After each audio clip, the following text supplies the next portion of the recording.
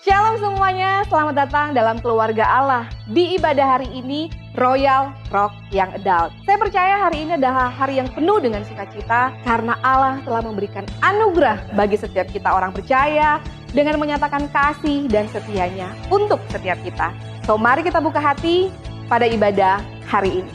Karena sebagaimana firman Tuhan dalam Mazmur 100 ayat 4-5 berkata, masuklah melalui pintu gerbangnya dengan nyanyian syukur, ke dalam pelatarannya dengan puji-pujian.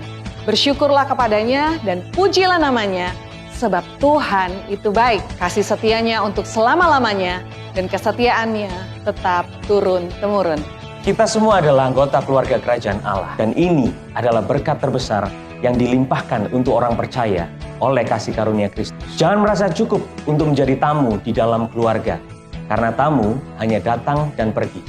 Kita semua memiliki peran penting di dalam gereja Tuhan. Saatnya kita ambil bagian, tertanam, bertumbuh, dan berbuah lebat di kerajaan Allah. Tentu saja kita tidak ingin melewatkan apapun dari ibadah ini. Kita sama-sama mau menikmati rangkaian ibadah dan menerima kebenaran firman Tuhan dengan baik. Maka dari itu kita perlu menyiapkan hati, juga kita perlu menyiapkan fisik dengan baik. Mari gunakan waktu sebelum ibadah ini dengan bijak, supaya kita menikmati keseluruhan ibadah royal dengan baik. Setiap daripada kita dimampukan Tuhan untuk membangun budaya dan menjadi inspirasi untuk sesama kita. Satu budaya yang baik dalam ibadah adalah saat kita melangkahkan kaki dan memilih duduk di depan. Saya percaya dengan langkah sederhana ini akan menjadi inspirasi bagi sesama untuk menikmati indahnya persekutuan dengan Tuhan dalam keluarga kerajaan Allah. Melalui karya salib dan kuasa kebangkitan Kristus, kita dijadikan satu di dalam keluarga kerajaan Allah, di mana kasih Allah dinyatakan secara sempurna di tengah-tengah kita. So, Royals, mari kita nyatakan kasih Allah yang begitu murni dengan saling melayani satu dengan yang lain. Karena Kristus terlebih dahulu melayani kita dan Dia juga akan memampukan kita untuk saling melayani di dalam keluarga kerajaan Allah. Royals, inilah bukti kasih Tuhan. Dia memanggil kita hari ini untuk beribadah bersama sebagai satu keluarga Allah. Percayalah bahwa seluruh rangkaian ibadah dari awal sampai akhir dan siapapun yang berbicara di mimbar ini adalah alat Tuhan untuk menyatakan kemuliaannya, menyampaikan firman-Nya, dan memberitakan kabar baiknya yang akan mengubah kita semakin serupa seperti Kristus. Kami Royal Pastoral Team sangat percaya bahwa kita akan pulang dengan hati yang baru, yang semakin mencintai Kristus, lebih daripada mencintai diri sendiri. Royals, God is our Father and we're all one big family in Christ. And these are from our hearts to yours. Shalom Royals. Shalom. Di tengah dunia yang lagi banyak konfliknya ya. Konflik di dalam negara, di luar negara. Lagi banyak banget konflik. Yang kita butuhkan cuma satu. Kedamaian. Tapi yang saya maksudkan di sini bukan kedamaian secara dunia. Tapi yang kita butuhkan adalah damai yang sejati. Dan damai itu adalah seorang pribadi, saudara. Damai itu adalah Kristus sendiri. Boleh dong senggol kiri kanannya bilang, Raja damai itu hidup di dalammu. Raja damai. Come on.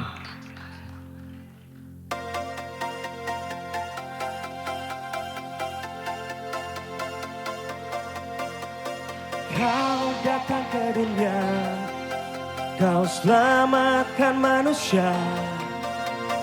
Kau awal dan akhir, Kau kebenaran dan Sama-sama kita katakan. Kau datang ke dunia, Kau selamatkan manusia. Wow, wow, wow, wow. Kau awal dan akhir, Kau kebenaran dan hidup. Wow, wow, wow, wow. Kau firman Allah menjadi manusia. Kau Yesus Raja, terangi dunia. Kedatanganmu berikan ku damai, pengorbananmu bebaskan ku dari dosa. Kehadiranmu berikan ku hidup baru. Raja damai tinggal di dalamku. Kau Raja semesta dan Kau maha kuasa. Oh, oh, oh, oh, oh. Pakailah hidupku untuk membawa damai-Mu. Oh, oh, oh, oh, oh. Kau firman Allah menjadi manusia.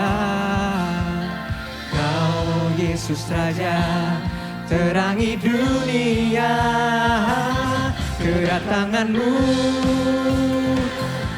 berikan ku damai, pengorbananmu bebaskan ku dari dosa. Kehadiranmu berikan ku hidup baru. Raja damai tinggal di dalamku. Amin.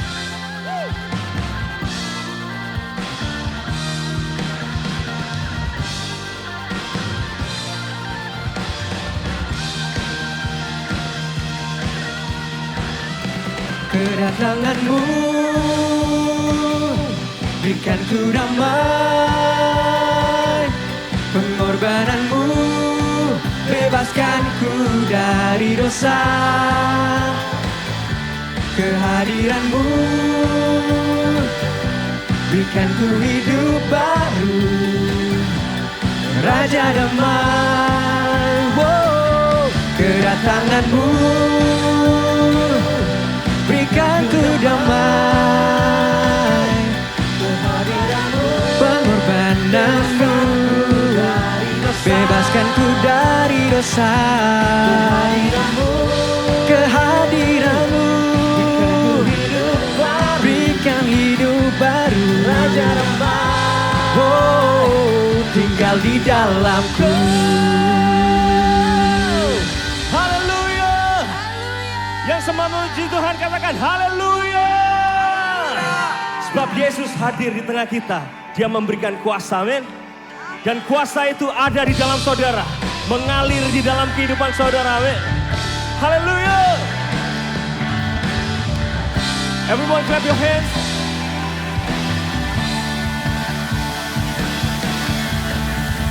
Segala kelemahanku cari kesempatan untuk ku merasakan kekuatan-Mu yang sempurna.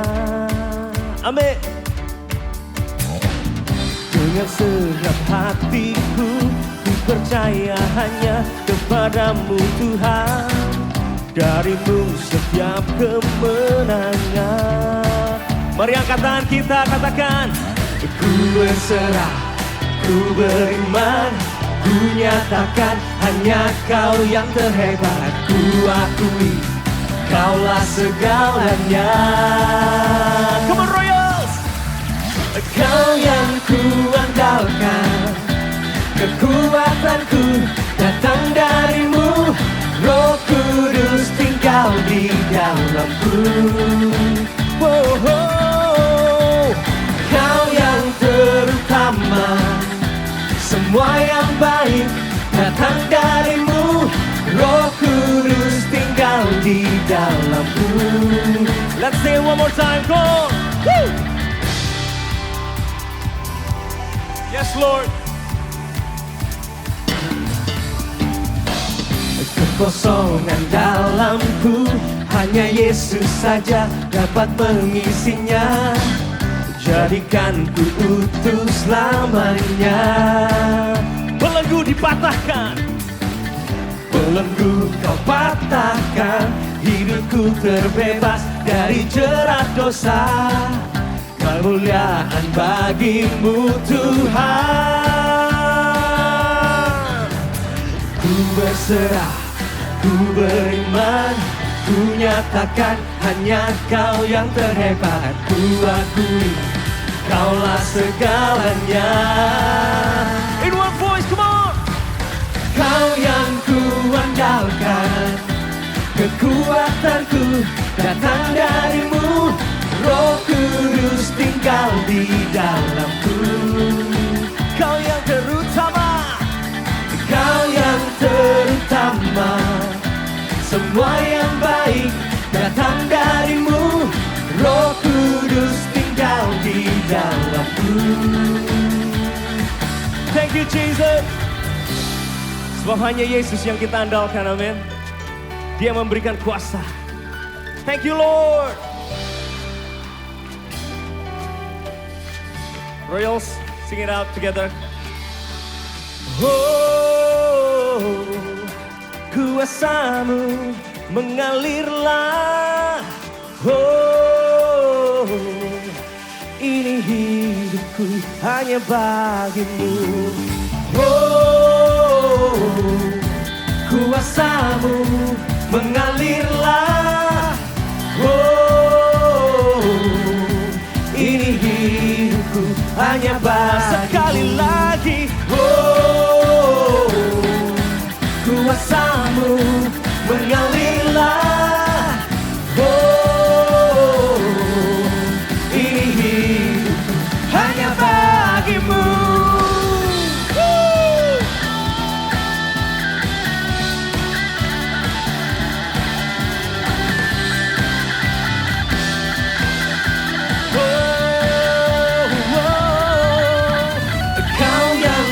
Andalkan, semua tanganku datang darimu. Roh Kudus tinggal di dalamku. Oh, oh, oh. Kau yang terutama, semua yang baik datang darimu. Roh Kudus tinggal di dalamku. Dengan satu suara. Kau yang ku andalkan, kekuatanku datang darimu.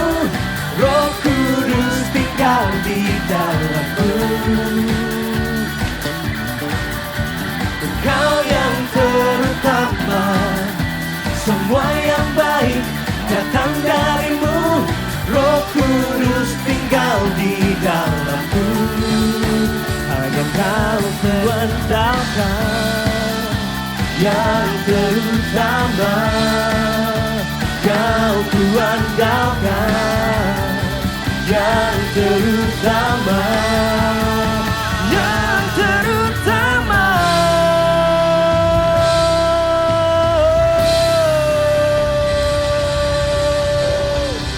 Haleluya, haleluya, haleluya.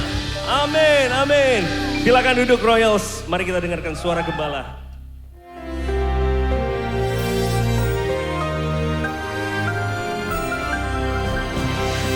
Shalom semua warga kerajaan. Christ likeness adalah suatu journey, adalah suatu perjalanan. Di dalam Ibrani pasal kedua ayat 10 disebutkan tentang Allah yang baginya dan segala sesuatu dijadikan. Dia adalah Allah yang membawa banyak orang kepada kemuliaan. Ya, bringing, nurturing many sons into glory. Jadi ukurannya adalah kedewasaan. Saya percaya kedewasaan ini sesuatu yang harus jadi goal kita. Setelah dewasa, Musa menolak untuk disebut sebagai putri Firaun. Wow, dia bisa jadi penguasa di bumi yang tertinggi, menjadi Firaun. Dia menolak. Dan dia memilih untuk menderita sengsara bersama umat Tuhan. Nah selanjutnya kita lihat. Dia juga bagaimana sang putra itu adalah prototype daripada Christ. Dari Christ itu adalah prototipenya. Dan kita adalah adik-adiknya. Seperti yang saya sampaikan pada minggu-minggu yang lalu. Dia yaitu menyempurnakan Yesus yang memimpin mereka pada keselamatan dengan, ya ini yang manusia nggak suka, penderitaan, suffering. Ya, jadi tujuannya kemuliaan, kedewasaan, ya. Tetapi juga kita melihat Kristus saja disempurnakan. Bukan Kristus tidak sempurna, tapi cara disempurnakan cuma satu. Maaf, tidak ada yang lain, tidak ada cara instan, tidak ada microwave di dalam kerajaan Allah, tapi dengan penderitaan. Dan dia akan menguduskan dan kita akan dikuduskan. Tujuannya adalah holiness. Dan bukan cuma holiness, mereka semua berasal dari satu, oneness. Sebab itu dia tidak malu menyebut mereka saudara. Berarti Kristus bisa malu kalau kita ngaku-ngaku saudara. Aku saudaranya Tuhan Yesus. Tapi sama sekali tidak mirip dengan dia. Satu hari ada seseorang ditipu karena orang itu ngaku saudara saya dan Pak Arifin itu tidak mau tahu dia pendeta kok tidak bantu saya. Lalu saya tanya kepada orang yang tertipu ini, dia mirip saya enggak? Oh iya Pak, tidak mirip lah. Kok kamu percaya dia saudara saya? Kalau saudara itu mestinya mirip saudaraku ya. Tentu saja, seperti istri saya dengan adiknya yang jadi istri adik saya, mirip sekali. Karena namanya saudara itu pasti mirip. Mirip dalam apa? Kerendahan hati, mirip di dalam kemuliaan, kekudusan. Jadi jelas ya, dengan penderitaan. Rasul Paulus mengatakan, aku bermegah juga dengan penderitaan. Aku bermegah, bahkan lebih suka di dalam penderitaan supaya apa? Bergantung kepada Tuhan. Di dalam saya mengikut Tuhan, saya mengalami kesukaran demi kesukaran ya. Penganiayaan demi penganiayaan. Tapi saya tahu goalnya itu semua untuk membuat saya makin seperti Kristus, lemah lembut dan rendah hati. Seperti yang kita sudah pelajari minggu yang lalu. Belajarlah daripadaku kata Kristus, aku ini lemah lembut dan rendah hati. Dan jiwamu akan mendapat ketenangan. Ya, di dalam ayat selanjutnya dikatakan bagaimana kita akan memberitakan namamu kepada di tengah-tengah jemaat. Sebelum kita bisa memberitakan nama Tuhan, maka perjalanan ini harus kita lalui. Yaitu tahu goal kita, yaitu kedewasaan, kemuliaan, kekudusan. Tapi sayang sekali cara tidak ada yang lain. Caranya adalah melalui penderitaan. Kata Rasul Paulus, aku bermegah dengan kesukaranku, dengan penderitaanku. Sebab akan menimbulkan apa? Menimbulkan tahan uji. Akan menimbulkan karakter. Karakter ini yang paling luar biasa saudara. Karisma can bring you to the top, but only character can keep you there. God bless you. Tuhan memberkati kita semua warga kerajaan. To be like Christ. Christ likeness is our goal in life. God bless you. Amin. Shalom Royals. Ya, selamat datang di ibadah Rock Young Adult. Gak terasa kita ada di penghujung November. Sekitar 400.000 detik lagi kita masuk di November. Bulan yang penuh sukacita. Mungkin dari beberapa dari kita sudah ada yang bersiap-siap untuk liburan, sudah ada yang beli tiket liburan, sudah ada yang beli baju baru untuk persiapan Natal. Dan sebelum uangnya kita pakai untuk itu, saya ada satu ayat, jika bisa ditampilkan multimedia. Dari 2 Korintus 9 ayat 10 dikatakan, ia yang menyediakan benih bagi penabur dan roti untuk dimakan, ia juga yang akan menyediakan benih bagi kamu dan melipat gandakannya dan menumbuhkan buah-buah kebenaranmu. Jadi Tuhan menyediakan benih bagi penabur dan roti untuk dimakan. Kita punya berkat, ada yang buat dimakan, ada yang buat ditabur. Saatnya kita menabur untuk kerajaan Allah. Sebelum kita menabur, saya mau mengajak kalian semua untuk berdoa bersama. Mari kita berdoa. Bapak di surga, terima kasih untuk siang hari ini. Kami masih diberi kesempatan untuk bisa datang ke gereja, beribadah kepadamu, memuji dan memuliakan namamu, menyembah Engkau. Dan sebelum masuk ke dalam kebenaran firman, kami saat ini akan melakukan persembahan. Kiranya apa yang kami persembahkan benar-benar bisa untuk memperluas kerajaan-Mu. Dan tangan-tangan yang memberi persembahan, kami percaya adalah tangan-tangan yang diberkati. Bapak terima kasih, di dalam nama putra-Mu kami berdoa mengucap syukur, haleluya, amin. Silakan para asir untuk persembahannya. Sebelum saya mulai pengumuman, apakah ada jemaat yang baru pertama kali hadir? Bisa angkat tangan. Jemaat yang baru pertama kali hadir. Oh iya, selamat datang Pak Doni ya. Terima kasih Pak Doni untuk hadirannya. Semoga bisa bertumbuh dalam gereja kami. Pindah dari KGC ke Royals ya. Oke. Kan usia juga bentar lagi udah usia Royals ya. Oke. Dan yang untuk Royals harap bertahap bisa ikut komsel. bisa bertumbuh bersama, bisa setia sama Tuhan, bisa dimuridkan. Yang belum berkomsel, silakan pulang dari ibadah untuk datang di KC Booth, ada di belakang, di pre-function yang ada sofanya. Ya, sebentar lagi kita akan dilayani kebenaran firman oleh Bapak Dodi Sujanto. Suyanto. Maaf, ejaan lama ya, Sujanto dibaca ya, ketahuan umurnya. Ya, beliau adalah Royal Marriage and Family Pastor. Jadi jika ada pasangan muda yang mau menikah, butuh konseling pranikah atau yang sudah menikah, sedang mengalami pergumulan, keretakan rumah tangga, di ujung tanduk, cicilan panci belum lunas segala macam, bisa menghubungi Pak Dodi karena beliau berurusan pernikahan dari hal-hal kecil sampai hal-hal besar. Sedikit dengan Pak Dodi saya kasih profil, saya biasa manggilnya Om Dodi ya, karena selisih umur kami yang lumayan jauh. Jadi kami manggilnya Om Dodi, saya terutama. Adalah jebolan dari Petra. Ya, karena dia jebolan Petra, makanya dia kerjanya kontraktor sekarang. Karena urusan jebol-menjebol ada urusannya. Beliau, dari sekolah Petra juga beliau menemukan tambatan hatinya, yaitu Ibu Lydia. Maaf kalau saya pakai kata-kata tambatan hati ya, soalnya kosakata ini yang memang zaman-zamannya beliau. Zaman-zamannya, jadi saya pakai agak-agak pakai gitu. Akhirnya pada tanggal 7 Desember 2008 mereka menikah. Dikaruniai 3 orang anak, 1 orang putri dan 2 orang putra. Dari kehidupan beliau selama kurang lebih mau 15 tahun, punya 3 anak kehidupannya pasti ada pergumulan, tapi beliau bisa melewati yang luar biasa, maka beliau pantas untuk dapat posisi di Royal Marriage and Family Pastor. Satu tambahan lagi, mereka juga termasuk anggota dari APBD, yaitu Aliansi Pembela Baladewa. Karena fans, dia ada fans beratnya Dewa 19. Ya, jadi kita tahu lah dari umurnya, fansnya aja Dewa gitu kan. Berarti umurnya usia berapa kita udah tahu. Jadi sebentar lagi mungkin firmannya agak sedikit-sedikit dengan roman picisan, tapi kebenaran firman pasti dilepaskan yang luar biasa berkatnya. Untuk minggu depan, kita akan dilayani oleh Pastor Daniel Januar Tanujaya, yaitu gembala sekota kita ya. Profil tentang beliau akan disampaikan oleh Greeter minggu depan ya, biar mereka ada kerjaan. Bagi yang mengikuti Instagram Royals di royals.surabaya, tidak lupa setiap Rabu akan ada live IG jam 12 yang akan dibawakan oleh Bapak Eko Kuswanto.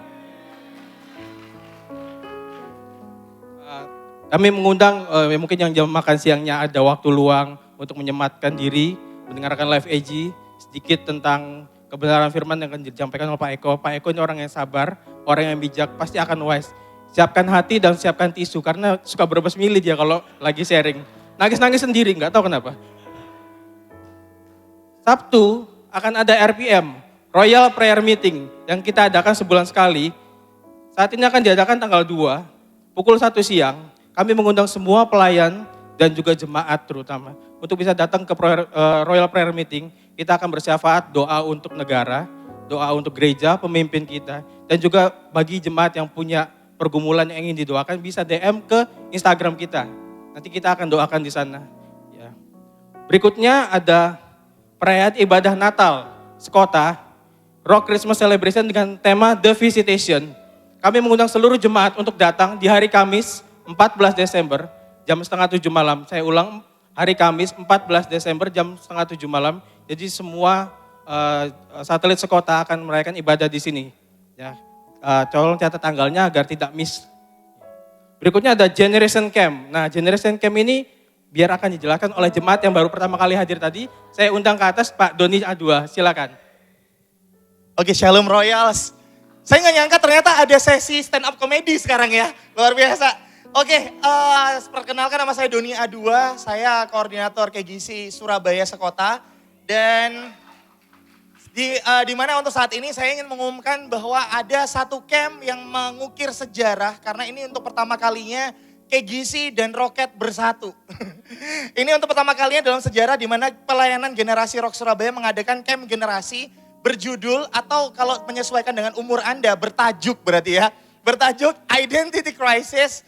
Judul yang kenapa kami sebut Identity Crisis yang akan diadakan 16 sampai 17 Desember. Lokasinya di Ubaya Training Center yang akan diadakan sekali lagi tanggal 16 sampai 17 Desember. Pertanyaannya, kenapa adik Anda atau anak Anda yang usia remaja, usia masih anak muda harus ikut camp ini?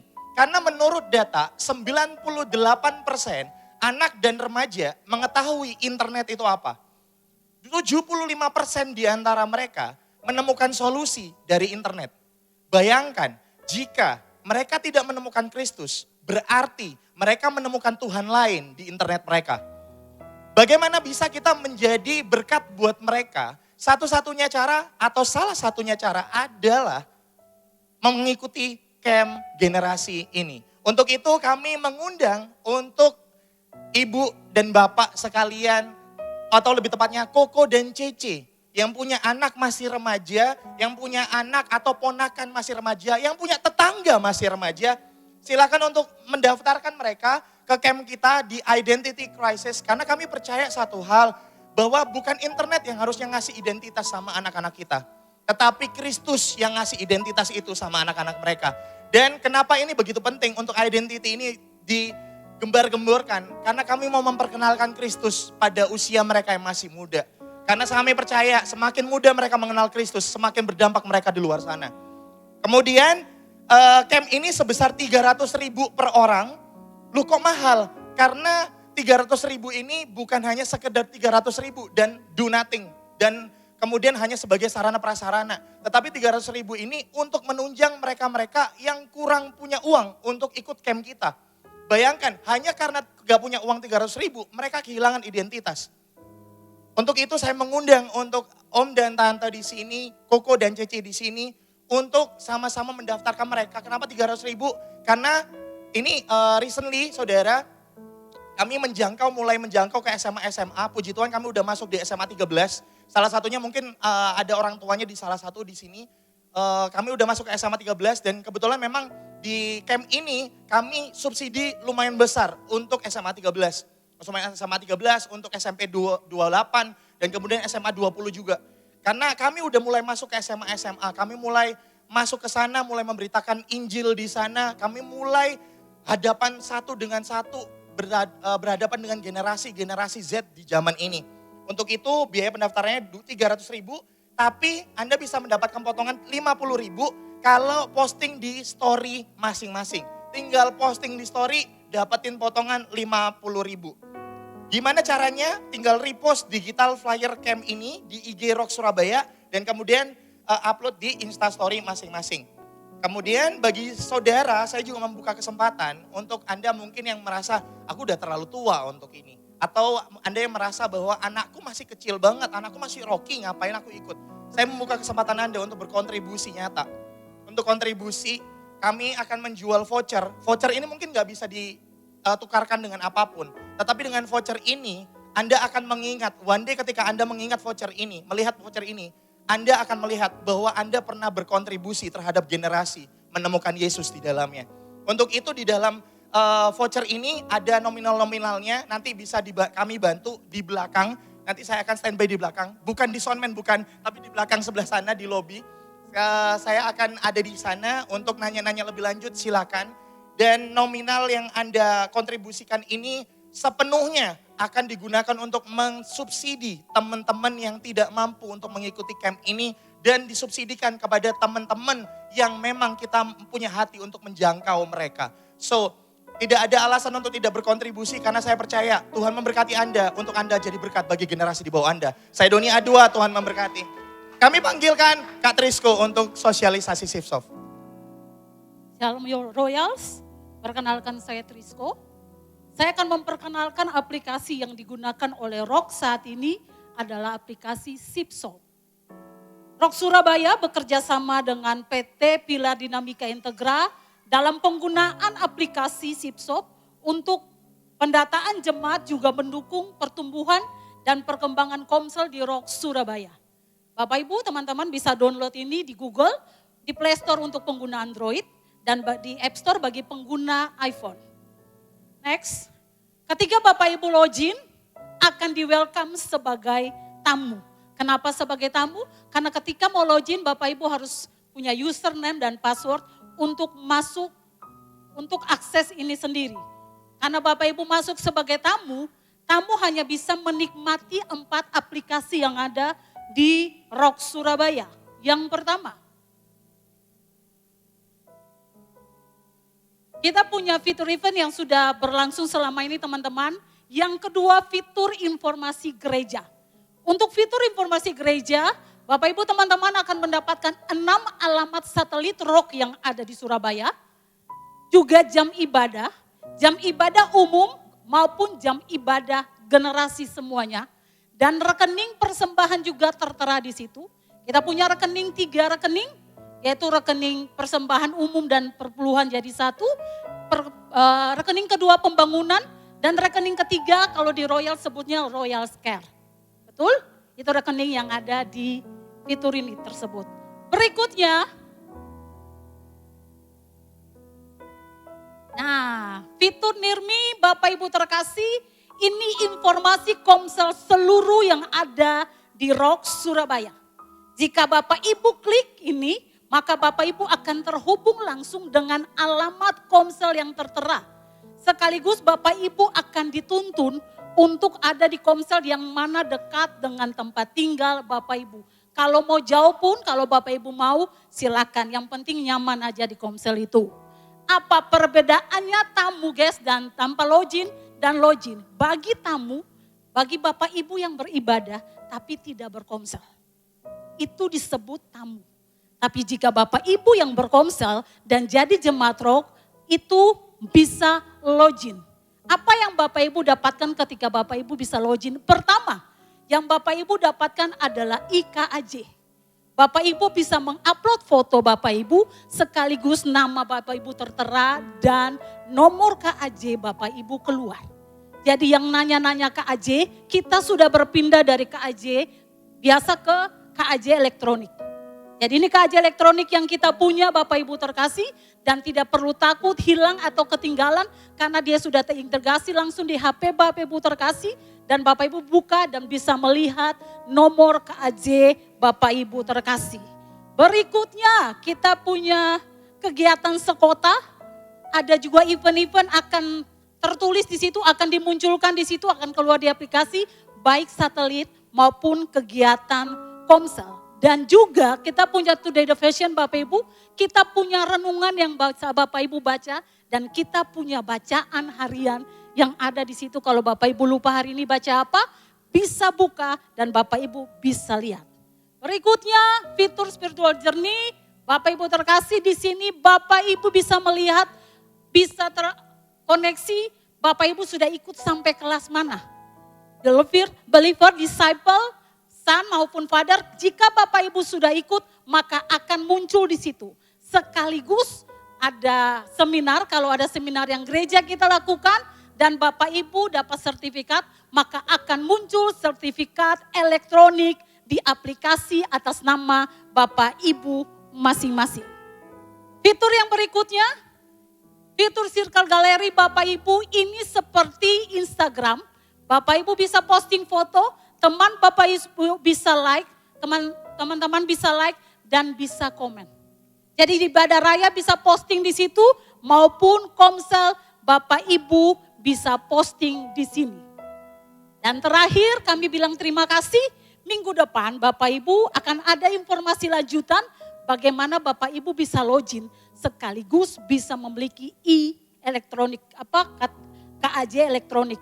Jadi tunggu minggu depan ada berita pengumuman selanjutnya. Sekarang saya panggilkan Ben Wandandi dan Michelle Pang untuk menyampaikan storyteller.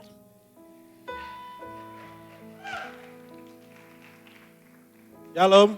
Shalom. Kasih musik dong.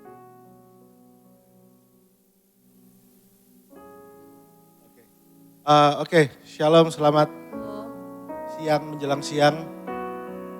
Kali ini aku ditugasin buat kesaksian tentang sesuatu yang mungkin kita udah lama gak dengar ya di gereja. Tentang sign and wonders. Tentang tanda dan keajaiban, mujizat Tuhan. Selama ini mungkin kita dengar cuma berkat. Tapi gimana sih jadi pengikut Tuhan tuh kita bisa memanifest kuasa Tuhan untuk punya sign and wonders. Kemanapun kita pergi. So mungkin ada beberapa yang udah tahu tahun 2017 lalu waktu aku masih di Australia. Aku ini, jangan kaget ya, aku ini divonis mati kalau nggak operasi. Jadi aku ini gagal jantung, dinyatakan gagal jantung, aku dinyatakan tanpa operasi aku pasti mati. Tapi somehow dalam 4 hari, Dokternya aja sampai bingung. Kenapa bingung? Aku dikasih jantung baru, aku dikasih semuanya kesembuhan itu tanpa aku berubah satu pun. Tanpa keluar sepeser pun, tanpa operasi. Nah, sekarang aku nggak mau cerita itu karena itu kan cerita lama. Ini aku kasih cerita yang terbaru. Michelle ini sebelum kenal aku, dia ini sudah 12 tahun nggak ke gereja. Ceritaku ini, kalau aku ceritain ke dia, nggak masuk akal. Dan aku sampai putus asa mau cerita ke dia, kayak ngomong apa sih? Dulu aku kalau ngajak dia komsel, jawabannya dia tuh paling enak. Ngapain sih buat Tuhan itu cek fanatik ya? Pernah dengar kayak gitu nggak? Ngapain sih buat gereja, buat Tuhan itu kita sampai segitunya. Sampai one day aku doa sama Tuhan. Aku doanya simple kok. Tuhan, aku mau orang di sekelilingku ngerasain kasih-Mu kayak aku ngerasain kasih-Mu. Karena waktu itu sejak aku dikasih Tuhan jantung baru, oh iya aku dulu sudah pelayanan, aku dulu sudah kenal Tuhan. Tapi berubah sejak aku dikasih mujizat kayak gitu. First hand experience. Sekarang biar Michelle cerita-ceritanya dia. Jadi waktu itu aku ingat hari Rabu malam, aku mulai demam tinggi, 39-40 gitu. Sampai ke hari Kamis paginya, makin demam dan sesak napas. Jadi karena kurang oksigen, tanganku dua-duanya sampai kaku gini, gak bisa disuruh genggam juga gak bisa gini. Terus aku memutuskan untuk ke IGD, ke rumah sakit A. Di situ si dokter jaga cuman bilang, oh ini cuman demam, dikasih penurun demam, otomatis demamnya turun, sudah boleh pulang. Aku dipulangin. Tapi aku yakin kayak ini bukan demam biasa gitu. Karena aku juga pernah demam sebelumnya, tidak seperti ini. Demamku kembali naik, terus aku ingat, oh aku ke dokter ini aja, dokter langganan keluargaku yang ada di perumahan. Dia baru buka jam 5 sore, aku tunggu sampai jam 5 sore, sampai ke sana, oh maaf Bu, dokternya lagi ke Bali sampai 5 hari ke depan. Jadi saya yang waktu itu udah gak kuat, memutuskan ke IGD rumah sakit B. Di situ dokter jaganya lebih tanggap, dia langsung curiga, ini saya tes darah ya Bu, ternyata saya positif DBD. Di situ dia bilang, ibu ini kan baru demam dari hari Rabu malam, jadi masih masa inkubasi, masih harus masuk rumah sakit 7 sampai 10 hari ke depan Bu. Terus saya, ya udah mau gak mau harus masuk. Tapi saya minta kalau bisa yang kamarnya sendirian ya, soalnya ini lagi musim Covid, terus kayak males lah 7 hari 10 hari mendingan Netflix sendirian gitu di kamar. Maaf Bu, full adanya kelas 1, kasurnya bertiga tapi ibu sendirian kok, masih kosong kamarnya. Ternyata malam itu kemasukan yang 2 pasien dari kamar lain, ditransfer ke kamar saya. Jadi rame itu bertiga. Besok paginya, saya kan di sebelah jendela, yang di sebelah paling kiri dapat kunjungan dokter rutin. Yang mana saya bukan bermaksud mau nguping, tapi memang kedengeran. Si dokter itu menunjukkan hasil tes darah si CC, kita bilang CCA aja ya, CCA ini. Ternyata hasilnya di situ dia bilang, Bu ini leukosit ibu tinggi banget, 27.000. Si ibu itu juga sebagai orang awam bertanya, itu artinya apa Dok? Itu artinya ya ini ciri-ciri awal orang yang leukemia. Karena leukosit orang normal itu 4.000 sampai 11.000, ibu punya ini 27.000. Si ibu ini langsung nangis, dia bilang kayak, ya apa ini Dok, anak saya masih kecil, masih 2 SD, 3 tahun. Kalau saya nggak ada terus mereka gimana? Si dokter bilang, nggak apa Bu, hari-hari ke depan kita monitor terus tiap hari perkembangan leukosit ibu ini gimana. Terus setelah itu dokter itu ngambil tes darah, dia keluar, si ibu nelpon suaminya berharap untuk dapat support. Di loudspeaker kedengaran lagi, si suami bukannya support malah, ngapain nangis? Kayak gak punya Tuhan aja, doa aja sana. Gitu. Semakin nangis si ibu. Terus saya ngechat dia, waktu itu belum suami ya, masih calon. Hari itu untuk informasi, hari itu bukan hari Jumat sembarang Jumat, itu Jumat Agung waktu itu. Ya. Saya ngechat dia. Jadi waktu dia ngechat saya, dia manggil saya kan Beb, sampai sekarang juga Beb. Kalau manggil nama pasti tak prototi soalnya. Jadi waktu itu dia ngasih, Beb ini loh, CCA ini kasihan kanker darah. Tadi kan di awal saya bilang, aku ini mau cerita tentang Tuhan sama dia ini sudah males. Karena dia selalu menolak, ya kan? Tapi hari itu entah kenapa, aku chat dia dengan caps lock semua. Ini yang paling aneh. Waktu itu aku maksa dia, kamu doain orang itu, kamu ceritain ceritaku, kamu ceritain tentang gogoku dapat anak, kamu ceritain semua yang aku pernah ceritain ke kamu, tak caps lock gede. Dan dia, puji Tuhan, dia nggak nolak. Tapi dia nggak balas aku. Ya, dia nggak nolak tapi nggak balas. Singkat cerita, aku siap-siap, aku ke gereja. Waktu aku ke gereja itu, kan harusnya secara keadaan itu sudah bahagia aku. Demam berdarah sudah ada obatnya. Kalau aku boleh sedikit cerita, ponaanku, anaknya Ko Alvin sudah keluar dari rumah sakit.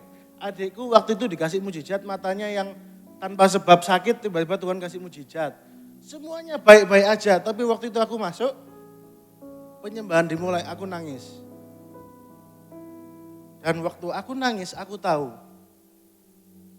aku bakal melihat sesuatu ini. Jadi aku doa, Tuhan, kalau Engkau berkehendak, sembuhin Cece itu. Biar Michelle ngeliat. Terus dia telepon. Dia telepon waktu Pak Arifin khotbah, di mana aku nggak mungkin ngangkat kan. Telepon terus. Akhirnya aku keluar dulu Pak Arifin khotbah, aku angkat telepon. Dia kayak sambil nangis, dia bilang, Beb, apa? Nah ini orang Surabaya keluar tuh. Cece, apa Cece? Mate tak? Kan lucu kan kalau sudah suruh orang doa, orangnya meninggal kan apalagi. Waduh mau ngomong apa lagi. Nah dilanjutin sama Michelle. Jadi yang saya alami waktu itu ada 10-15 menit saya cuma duduk di pinggir ranjang rumah sakit waktu itu. Contemplating kayak saya ini udah 12 tahun gak ke gereja, mau disuruh doa ini doa apa? Doa untuk diri sendiri aja patah-patah apalagi mau doain orang, sakit lagi. Tapi saya percaya waktu itu Tuhan yang kasih saya kekuatan dan keyakinan buat saya jalan ke tempat Cece itu. Saya tanya, Ce boleh gak saya doain Cece? Cece waktu itu duduk dengan muka yang udah pucat, tatapan kosong. Saya ngerasa kayak maksudnya orang ini ya istilahnya divonis kanker gitu loh. Dan dapat suami yang juga kata-katanya gak suportif. Saya doain dia bilang saya mau didoain. Kita doa sambil pelukan, nangis bareng.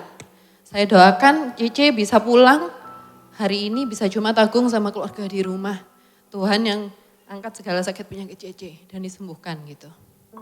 Terus saya balik ke tempat saya untuk beristirahat.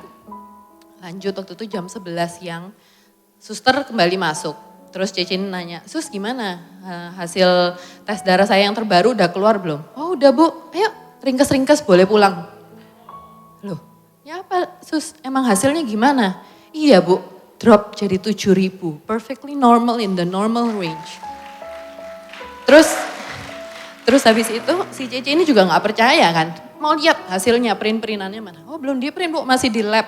Gak apa saya mau lihat, dia gotong itu tiang infus, jalan bareng sus itu ke lab untuk mau lihat sendiri di monitor bahwa tesnya memang jadi 7.000 dari 27.000. Kembali dari sana dia samperin saya, dia peluk saya dan nangis kayak thank you udah doain aku. Aku yakin Tuhan kita yang sembuhkan Cece. Jadi waktu itu Cece bisa pulang. Dan aku sendiri yang awalnya dibilang 7 sampai 10 hari harus stay di situ. Saya pulang di hari Minggu Paskah, 2 hari kemudian. Jadi bisa dibilang Tuhan tuh ngerencanain sedetail itu. Michelle dimasukin rumah sakit cuman untuk doain orang itu. Michelle sembuh di hari yang gak masuk akal. Dia baru didiagnosa DBD hari Kamis, didiagnosa DBD hari pertama. Hari Sabtu trombositnya sudah naik, cuman dokter bilang 1 hari lagi ya, kalau naik kita pulang. Minggu dia pulang. Dan dia gak ngerasain sakit, Cece itu sembuh. Sekarang dia kalau tak ajak komsel, dia yang ngajak aku kebalik jadinya. So, aku melihat gini, di Alkitab setiap Tuhan Yesus ngelakuin mujizat. Baca enggak? Diawali dengan apa? tergeraklah hati Tuhan. Waktu itu Michelle cerita ke aku, Beb kok sakno ya Cece itu. Berarti Tuhan gerakin hatinya dia. Itu yang bikin aku kayak, nanti gegeran lah, pokoknya tak sauti sih. Doa dan dilakukan dan Tuhan bekerja. Aku mau kasih kesimpulannya gini. Gak butuh kok pendeta, gak butuh orang suci buat nyembuhin orang. Yang butuh itu Tuhan kok. Kita cuma butuh Tuhan. Mau ngusir setan, mau minta keajaiban, kita cukup doa sama Tuhan. Dan kalau kita sepakat sama Tuhan, look what He has done for us. Quote-ku tak tutup gini. Ini aku sama Calvin sering ngomong gini.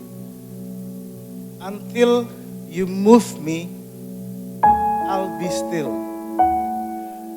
And when you move me, I will. Jadi waktu Tuhan gerakin hati kita, maju aja. He will do something about it.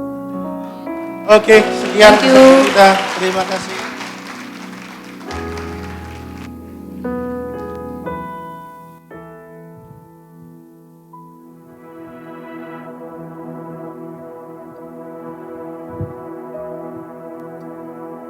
Shalom Royals. Mungkin ini sedikit reminder untuk kita. Saya mau baca ayat dari Filipi 2 ayat yang ke-5 sampai yang ke-9. Hendaklah kamu dalam hidupmu bersama menaruh pikiran dan perasaan yang terdapat juga dalam Kristus Yesus. Yang walaupun dalam rupa Allah tidak menganggap kesetaraan dengan Allah itu sebagai milik yang harus dipertahankan. Melainkan telah mengosongkan dirinya sendiri dan mengambil rupa seorang hamba. Dan menjadi sama dengan manusia, dan dalam keadaan sebagai manusia, ia telah merendahkan dirinya dan taat sampai mati, bahkan sampai mati di kayu salib. Itulah sebabnya Allah sangat meninggikan dia dan mengaruniakan kepadanya nama di atas segala nama. Dari kisah ini kita tahu bahwa ketika Tuhan Yesus di bumi, dia adalah putra mahkota kerajaan surga. Tetapi dia tidak mengambil privilege apapun. Dia menjadi sama seperti manusia, dia merendahkan dirinya, dan dia melakukan hal yang paling orang tidak mau lakukan. Dan dia melewati setiap tantangan dalam hidupnya, dia melewati setiap penderitaannya, tanpa dia menolak. Kalau hari ini kita hidup hari ini, kita tahu bahwa Tuhan Yesus adalah teladan yang sempurna untuk kehidupan kita. Maka kita juga ingin menyelesaikan misi yang Tuhan berikan dalam hidup kita.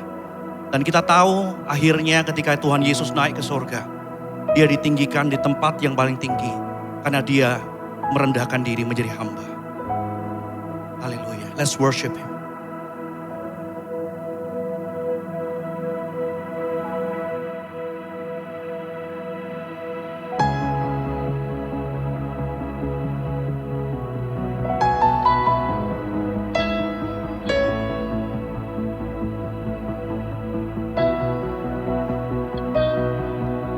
Humble King, you choose the road and let the suffering. Nothing was better to prove your love for me.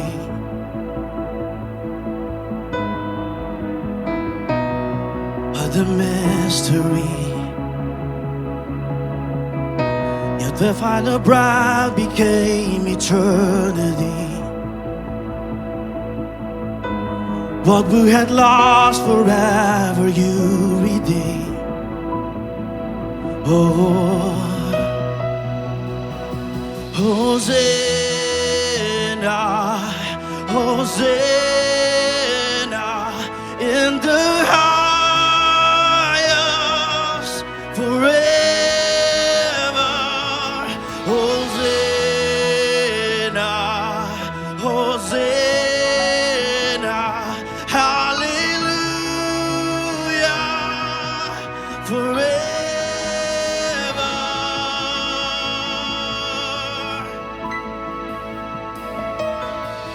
Triumphant King,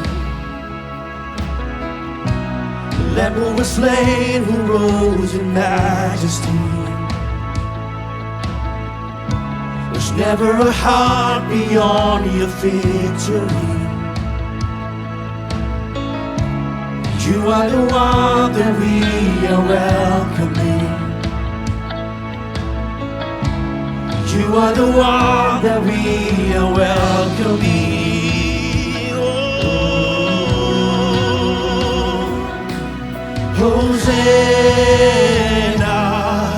Hosanna in the highest forever. Hosanna,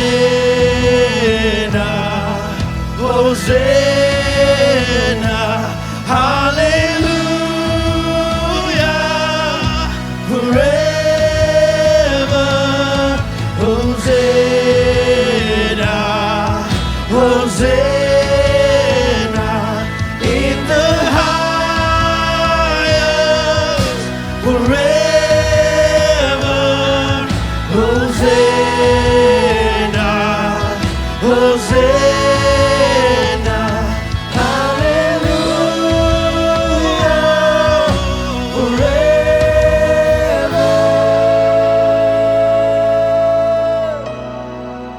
Forever, forever, Lord.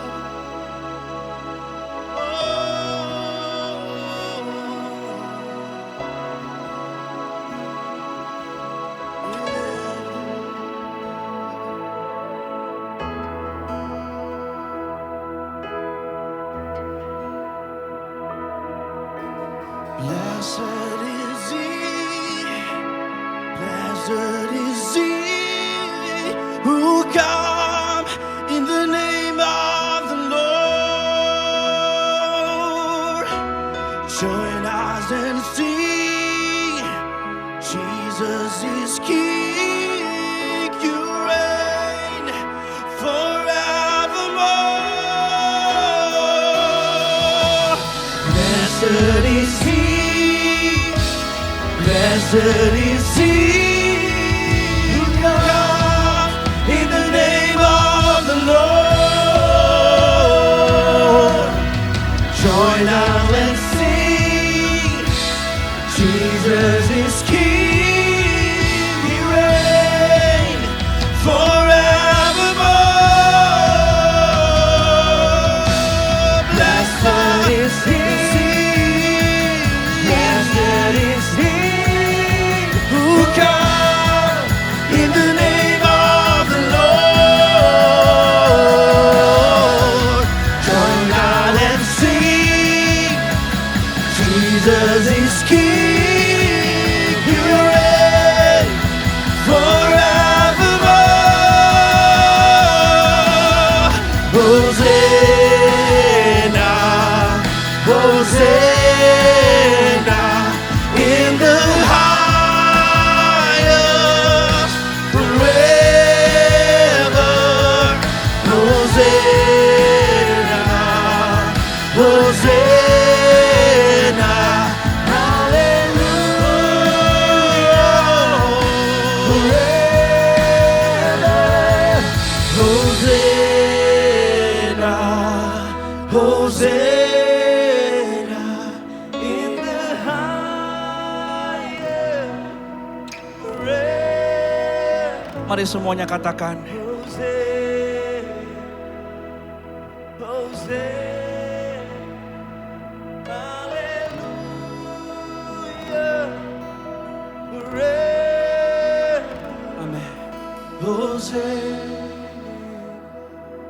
Dengan lembut katakan. Hosanna.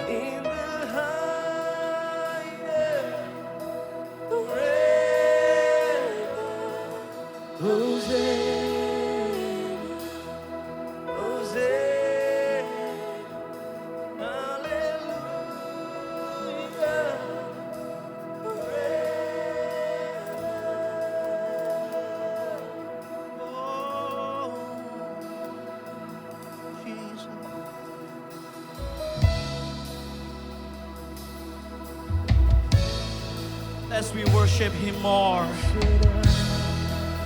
lift up your hands. Thank you, Jesus. Thank you, Lord.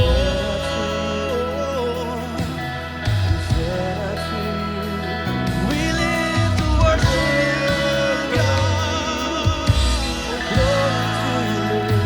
We live to worship you. We live to worship you, God. Live to worship you,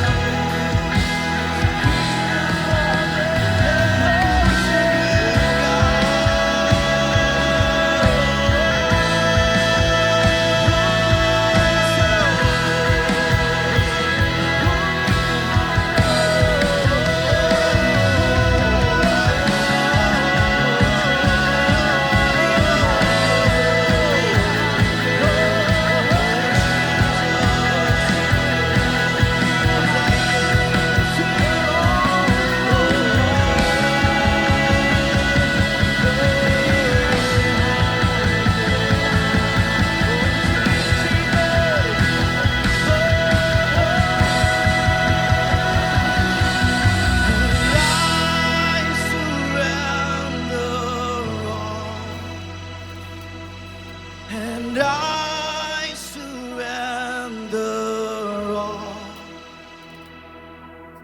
and all to thee, my blessed Savior, I surrender all, and I surrender all. Oh, I surrender all, and all to thee, my blessed Savior, I surrender all, and I surrender all. Mari katakan. And I surrender all, and all to thee, my blessed Savior, I surrender all, and all to thee, my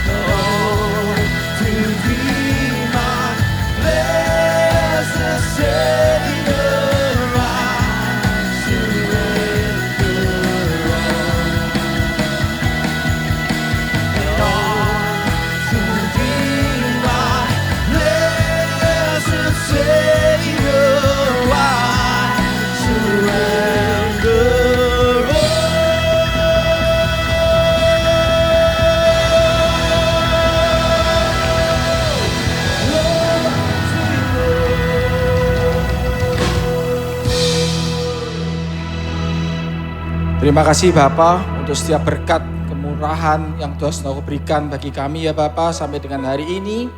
Kami ucap syukur untuk berkat-Mu yang luar biasa. Tapi biarlah kami menyadari Tuhan, berkat terbesar dari-Mu adalah anugerah keselamatan itu. Dan berkat yang luar biasa juga Tuhan kalau kami masih punya waktu untuk mau belajar lebih dalam akan firman-Mu. Biarlah firman-Mu hari ini Tuhan semuanya hanya daripada Engkau yang menuntun hamba-Mu, biarlah melalui kalimat yang sederhana Tuhan. Jemaat di sini bisa menerima benih firman itu dan bisa bertumbuh dan mengubahkan setiap yang mendengar menjadi serupa seperti Engkau saja Bapak. Terima kasih Bapak, hanya dalam nama Yesus Kristus kami berdoa mengucap syukur. Mari sama-sama yang siap mendengar firman katakan amin.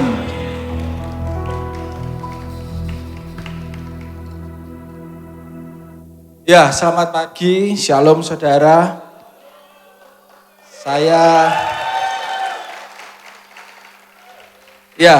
Saya mau perkenalan sudah dihabiskan semua sama teman saya Leo, tapi saya nggak setua itulah ya. Padahal dia itu cuma selisih segini sama saya. Saya di sini, dia di sini. Kalau Dewa belum terlalu tua lah, Kus Plus itu tua. Saya sudah beristri, cincin yang saya sematkan ini 15 tahun, tanggal 7 Desember nanti bersama istri saya dianugerahi 3 orang anak, puji Tuhan. Dan mereka sekarang sedang beribadah di Rocket dan di Rocky. Kalau saya masih di Marketplace, betul, dan saya melayani gereja ini, saya jemaat GBI Rock Surabaya, saudara, saya bukan orang jauh, saya beribadah di Royal di jam 11. Saya melayani bersama teman-teman di sini, ada saudara saya Andrew, ada Alvin, sama Nancy, sama Maria, sama Hiskia, Stephen. Ya, kami semua dalam Royal dan kami dibantu, tentu dibimbing oleh saudara kita Richard dan Koden dan Wakil Gembala Bang Daniel Siagian yang di belakang. Ya, memang pertama kali di Royal ini bukan sesuatu yang mudah, tapi kami percaya bapak-bapak kita itu menguatkan. Pak Arifin pernah bilang, pokoknya kalian semua pray and obey, doa dan taat saja. Kalau kesempatan tahun kapan lalu Pak Franky Utana pernah ngomong, kalian harus agree to disagree. Itu kita pegang terus. Kalau Koden pesan, pokoknya kalau kalian melakukan dengan tulus, kudus, lurus, Tuhan pasti beserta, buka jalan menuntun kita semua. Amin saudara. Dan saya mengembalakan di Komsel saya, keluarga kecil saya yang saya cintai, Komsel Ahava. Kemudian saya juga membantu di Marriage and Ministry Family bersama teman-teman, ada Daud Elisa, ada Musa dan Yves, ada Agus, Resya, Ardi dan Alvan. Mungkin banyak yang belum dengar apa itu Marriage and Family, doakan saja, kami memang belum banyak berkiprah, tapi doakan supaya pelayanan kami bisa berbuah. Ya. Saya dipanggil Marriage and Ministry Pastor. Ada yang bilang, saudara-saudara saya, teman-teman saya bilang, kamu harus jadi pendeta ya. Tapi Leo ngomong tiap hari, pastor belum tentu pendeta. Ya betul, pastor belum tentu pendeta. Pastor itu gembala. Saya menggembalakan orang-orang yang di dalam marriage and family. Tapi saya juga nggak bisa bilang, saya hanya pastor di marriage and family ya. Jadi lihat saya di pernikahan dan keluarga saya tidak bisa. Saya sudah menjadi suratan terbuka yang harus bisa dilihat oleh semua jemaat. Ya. Jadi kalau saya naik di mimbar ini, justru semakin membuat orang lebih banyak mengawasi diri saya dan hidup saya. Ya. Jadi saya terus harus berupaya mengejar keserupaan dengan Kristus. Ya, sekian rasanya perkenalannya cukup. Lebih bijak kalau kita langsung aja masuk ke dalam firman. Saya di penghujung bulan November tetap memakai dasar Christ likeness ya, dari Roma 8 ayat 29. Kita mau baca dulu Roma 8 ayat 29. Sebab semua orang yang dipilihnya dari semula, mereka juga ditentukannya dari semula untuk menjadi serupa dengan gambaran anaknya, supaya anaknya itu menjadi yang sulung di antara banyak saudara. Tentang Christ likeness ini 1 bulan penuh kita sudah banyak bicara tentang Christ likeness, saudara. Tapi saya mau kita fokus kepada 2 kata di sebelum serupa, yaitu dipilihnya dan ditentukannya. Beberapa waktu lalu, waktu Quick Words, saudara kita Ben itu menyinggungnya. Saya mau mencoba membantu dengan sedikit analogi begini. Kita tahu semua brother kita Hizkia ini suka sepak bola. Ya. Tim kesukaanmu apa? MU. Ya. Kita berandai-andai seandainya MU itu datang ke Indonesia dengan tim pencari bakatnya.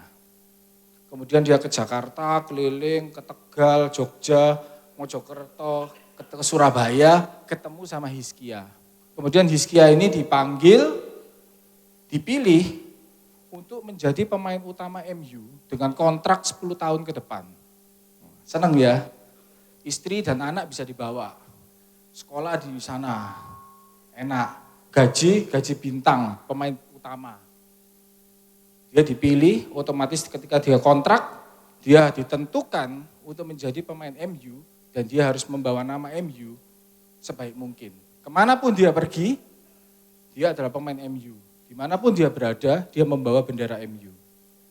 Tapi apa yang terjadi, saudara? Jika pikirannya Hizkia itu gini, aduh, jadi enak ini. Kalau aku ini sudah dikontrak 10 tahun, aku enggak usah berlatih yang giat, aku enggak usah bermain yang serius, aku asal-asalan aja. Ya orang sudah, aku ini dikontrak 10 tahun kok. Enak aku duduk di bangku cadangan, enggak keringetan, ngeliat teman-teman bermain, anggapannya kayak VIP. Duduk, menyaksikan teman, enggak perlu bayar tiket, istri anakku semua terjamin, dan aku cukup jadi pemain cadangan. Apa yang dalam benak saudara semua kalau Brother Hizkia itu seperti itu? Tentu itu take it for granted. Ya. Hanya mau yang enaknya, tapi enggak mau susahnya. Nah, tapi terkadang kita ini mengaku sebagai Kristen. Kristen itu pengikut Kristus. Kita ini kadang-kadang cuma sebagai pemain cadangan. Kita enggak mau mengejar keserupaan dengan Kristus. Kita juga merasa ya sudah gini-gini aja cukup. Kita enggak memikirkan perkara-perkara yang di atas. Kita hanya melakukan perkara-perkara yang di dunia ini. Kalau hari ini kesaksian kita luar biasa, Ben dan Michelle, itu bukti bahwa mereka mengerjakan perkara-perkara yang di atas yang Tuhan mau. Ya, mereka mengejar keserupaan dengan Kristus. Dan Kristus terlalu suka untuk mengasihi orang, melakukan yang terbaik untuk manusia, untuk umatnya. Dan itu yang harusnya kita kejar. Karena itu masih dasar Christ likeness. Apa yang harus menjadi keserupaan dengan Tuhan? Banyak. Seluruh kehidupan Yesus itu harus menjadi keserupaan. Harus kita kejar keserupaannya. Tapi izinkan saya hari ini membagikan satu saja, salah satu sikap dan sifat Yesus yang luar biasa yang harusnya kita kejar. Karena itu izinkan saya membagikan khotbah hari ini dengan judul The Way Jesus See Dignity. Cara pandang Yesus melihat harga diri dan martabat diri manusia. Saudara masih ingat buku ini? Chicken Soup for the Soul. Ini kalau ngomong gini nggak enak lagi sama Leo. Ini buku ini populer waktu saya kelas 3 SMP, akhir SMP dan awal-awal SMA. Buku ini populer pada zamannya. Ya, mungkin ada yang baru tahu, tapi ya ada yang pernah tahu, ada yang pernah membaca. Dulu ini populer sekali ya. Buku ini sebenarnya bukan buku karangan, saudara. Buku ini hanya kumpulan-kumpulan inspiratif dari berbagai macam orang di dunia yang dijadikan satu buku. Kemudian laku sekali, bestseller di Amerika dan Kanada. Kemudian karena saking lakunya, dia dibuat berbagai macam versi. Ada Chicken Soup for the Teenage Soul, for Christian Soul, dan berbagai macam. Pertanyaannya kenapa buku ini bisa laku?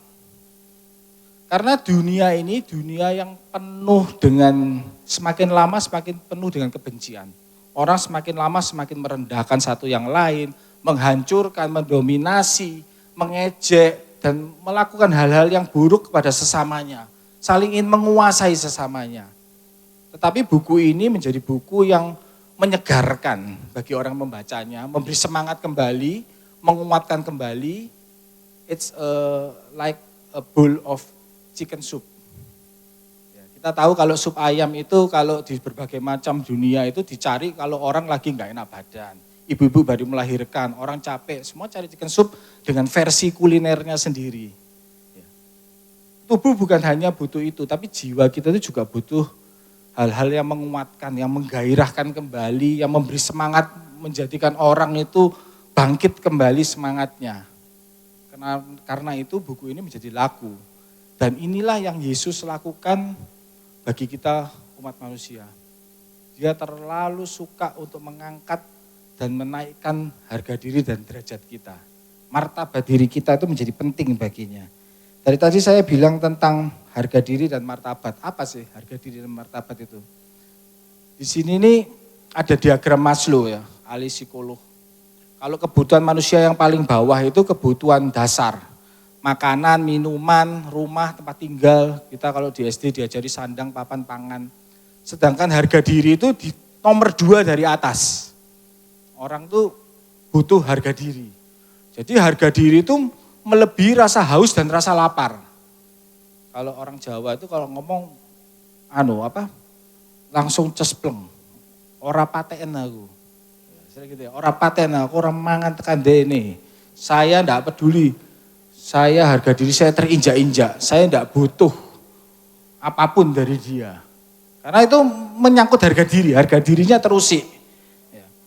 Nah, sekarang pertanyaannya harga diri itu definisinya apa sih? Harga diri itu adalah pandangan individu, penilaian pribadi terhadap dirinya sendiri dengan menggunakan ukuran-ukurannya sendiri.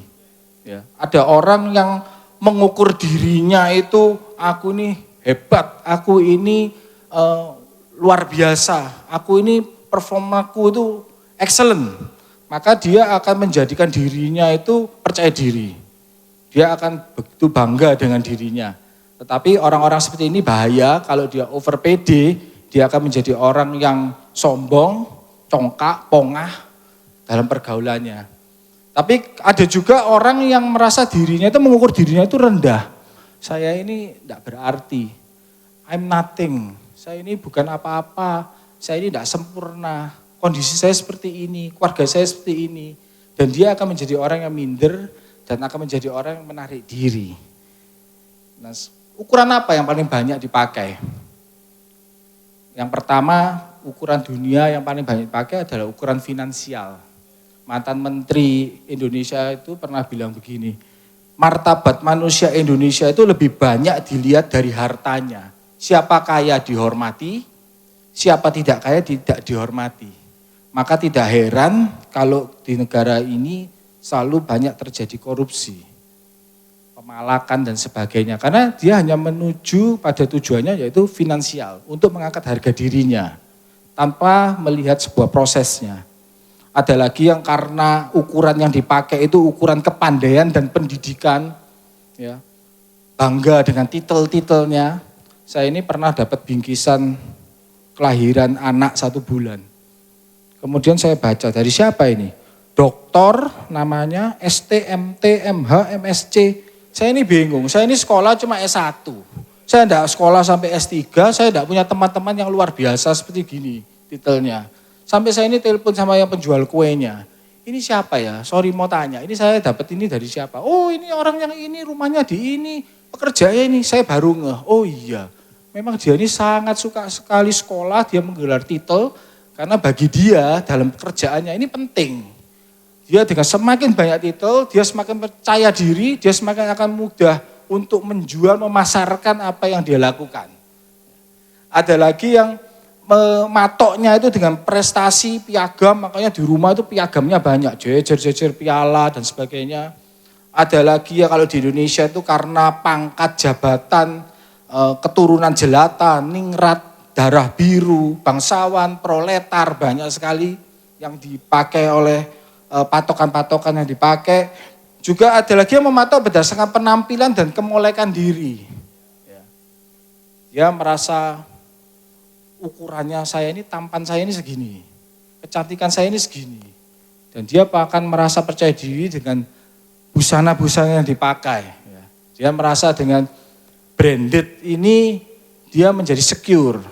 Ketika bertemu dengan orang yang pakai branded lebih tinggi, dia akan merasa insecure dan dia merasakan awkward. Tapi kalau dia menemukan orang yang brandednya lebih rendah dari dia akan mencela dan akan merendahkan dia. Dan banyak sekali ukuran yang bisa dipakai untuk menentukan harga diri dan level kita. Dan lucunya orang itu seringnya buat patokan sendiri, ya, tapi tersinggung sendiri. Ya, aku ini kaya dan terhormat.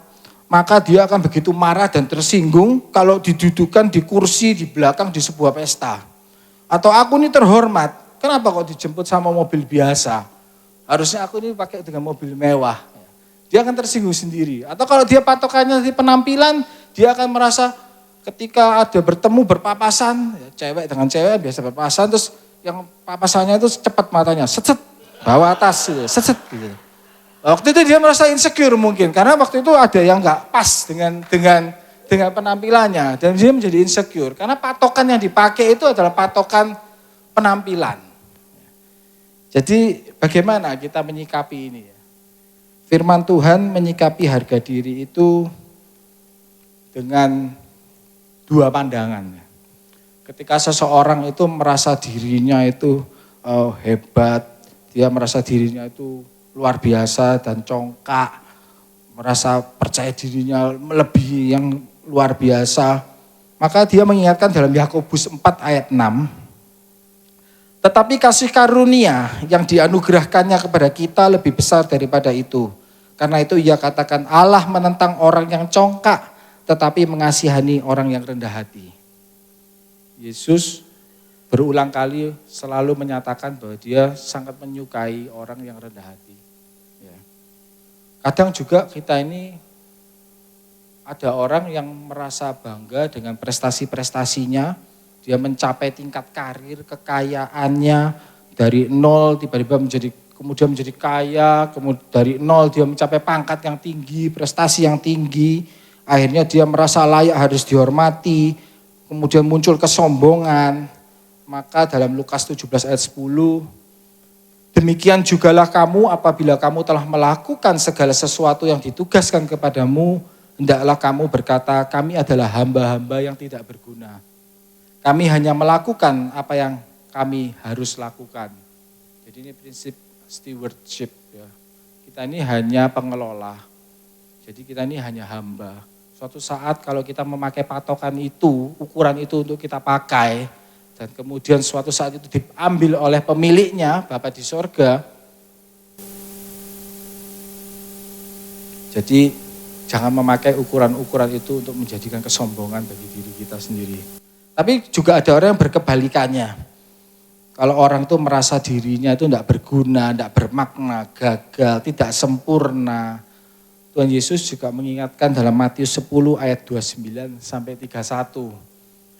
Bukankah burung pipit dijual 2 ekor seduit, namun seekor pun daripadanya tidak akan jatuh ke bumi di luar kehendak Bapamu. Dan kamu, rambut kepalamu pun terhitung semuanya. Sebab itu janganlah kamu takut, karena kamu lebih berharga daripada banyak burung pipit. Ini ayat pemeliharaan biasanya, saudara ya. Tapi Tuhan itu mau mengingatkan bahwa kenapa kita itu layak dipelihara. Karena kita lebih dari seperti burung pipit. Karena kita itu begitu berharganya, sehingga dia itu mau memelihara kita itu, dan kita tidak perlu khawatir akan masa depan dan penghidupan kita. Ya. Tapi Tuhan Yesus itu juga tidak berkata dengan kata-kata saja. Tapi dia telah membuktikannya dengan perbuatannya. Di 1 Petrus 1 ayat 18-19, sebab kamu tahu bahwa kamu telah ditebus dengan cara hidupmu yang sia-sia, yang kamu warisi dari nenek moyangmu itu, bukan dengan barang yang fana, bukan pula dengan perak atau emas, melainkan dengan darah yang mahal, yaitu darah Kristus yang sama seperti darah anak domba, yang tak bernoda dan tak bercacat. Kita ini hampir hilang, saudara, karena keberdosaan kita. Kalau kita enggak berguna, kita enggak berharga, Tuhan akan melepaskan. Tapi dia tidak melepaskan itu. Dia tidak mau dia itu kehilangan kita. Dan kita tidak bisa ditebus dengan perak atau emas. Kita ditebus dengan harganya yang begitu mahal, yaitu darah anak domba. Jadi hari ini ketahuilah bahwa harga diri kita itu berharga.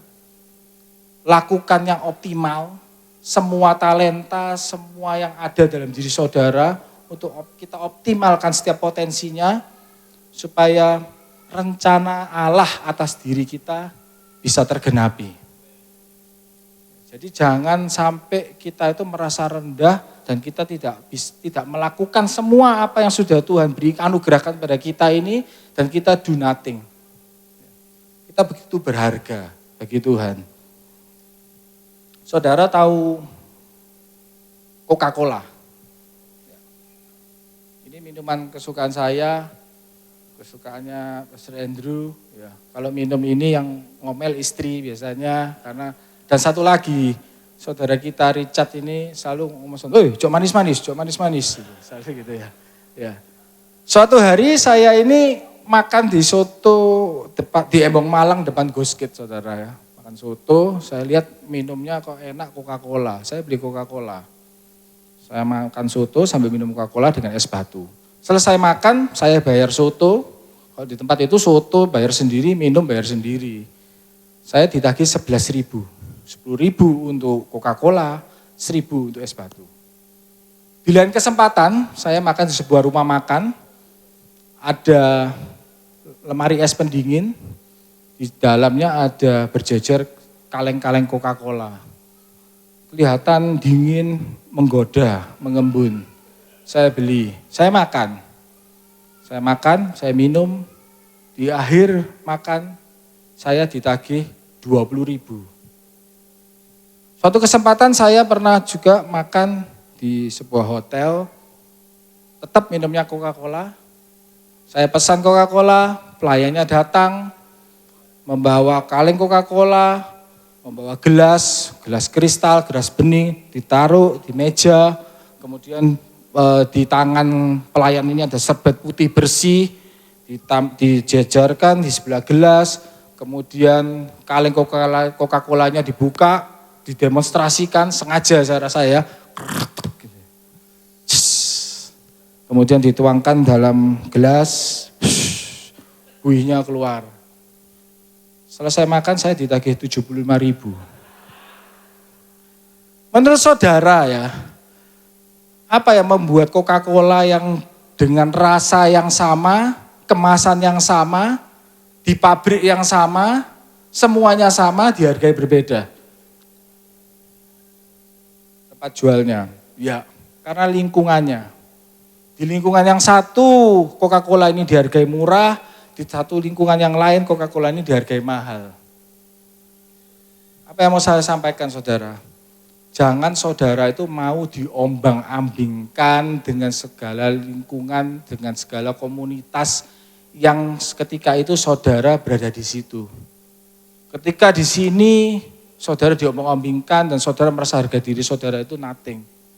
Di komunitas ini saudara juga merasa begitu. Kita diingatkan kembali seperti tadi dikatakan di 1 Petrus tadi bahwa kita ditebus dengan darah yang mahal karena keberadaan dan harga diri kita. Ya.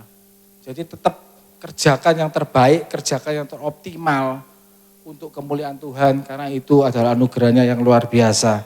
Jadi hari ini saudara mungkin bisa menilai diri saudara sendiri. Apakah saudara hari ini begitu bahagia dan bangga dengan diri saudara? Apakah saudara menerima diri saudara dengan apapun keberadaan diri saudara tanpa ditentukan oleh orang lain karena mungkin pandangan yang tidak elok menurut penilaian sebagian orang pada Anda? Tetaplah bersyukur, mengucap syukur, dan yakinilah bahwa Allah terlalu sayang untuk kita dan Dia menjaga diri kita.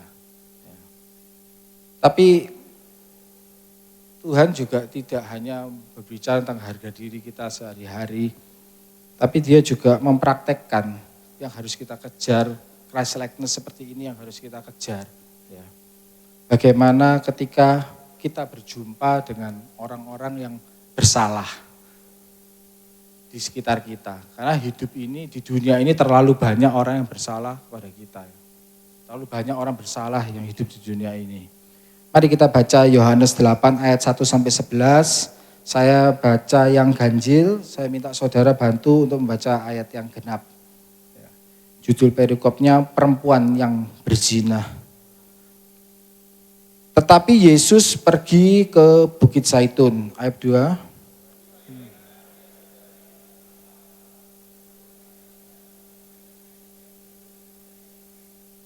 Maka ahli-ahli Taurat dan orang-orang Farisi membawa kepadanya seorang perempuan yang kedapatan berbuat zina.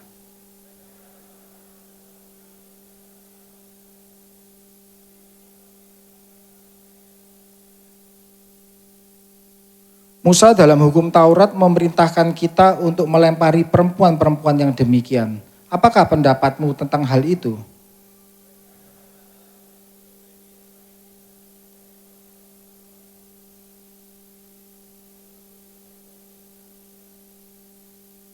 Dan ketika mereka terus-menerus bertanya kepadanya, ia pun bangkit berdiri lalu berkata kepada mereka, "Barang siapa di antara kamu tidak berdosa, hendaklah ia yang pertama melemparkan batu kepada perempuan itu."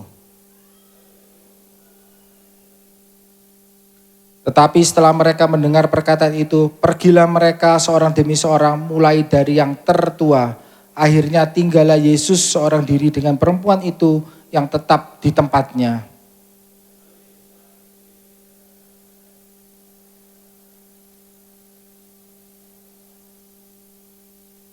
Jawabnya, "Tidak ada Tuhan." Lalu kata Yesus, "Aku pun tidak menghukum engkau. Pergilah dan jangan berbuat dosa lagi mulai dari sekarang." Seorang pria mendatangi seorang guru besar sambil bertanya, "Masihkah Prof ingat kepadaku?" Guru besar itu menggelengkan kepalanya. Lalu pria itu memperkenalkan diri sebagai mantan muridnya di sekolah dasar. Lalu wanita yang disapa Prof itu bertanya, "Apa pekerjaan pria itu?" "Saya menjadi seorang guru, Prof." Jawabnya mantap. Seorang guru besar terlihat bangga lalu bertanya, "Apa yang mendorongnya untuk menjadi seorang guru?" Pria itu menjawab bahwa sang profesor lah yang menginspirasi dirinya. Kemudian pria ini bercerita, "Hari itu, Prof, di kelas terjadi kehilangan arloji, jam tangan baru dari seorang siswa.